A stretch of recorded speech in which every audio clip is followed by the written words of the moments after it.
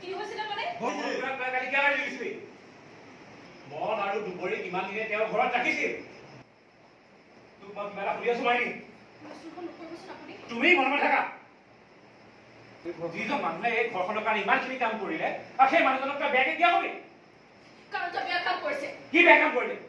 তেওঁ দুবৰি ইয়াৰ পৰা নোযোৱাৰ কথা কৈছে সেইটো কি বেয়া কাম হ'ল কিয় ক'ব দুবৰি ইয়াৰ পৰা নোযোৱাৰ কথা কিয় ক'ব তাইক আমি ইয়াত কষ্ট দি ৰাখিছো কিমান মৰমত নিজৰ ভণ্টিটো ৰাখিছো ইমান মৰমত নিজৰ ভনীটোৰ তাৰপিছতে তেওঁ নিজৰ ঘৰতে তাইক নোযোৱাৰ কথা কিয় ক'ব খুৰাই দুবৰি আৰু মনত দুমাহ ৰাখিছিলে মনে কথা কিছুমান কাহিনী কৈ ভাই ভৰিকৰ মাজত কাছে চেষ্টা নকৰিবি মনে কথা কথা নহয় জয় কিন্তু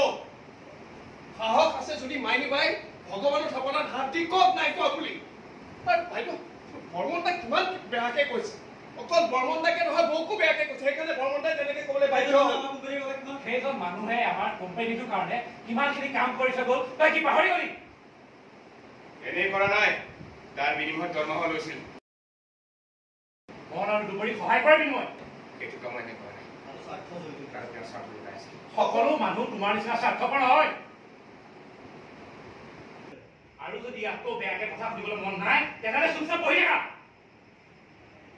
1 2 3 move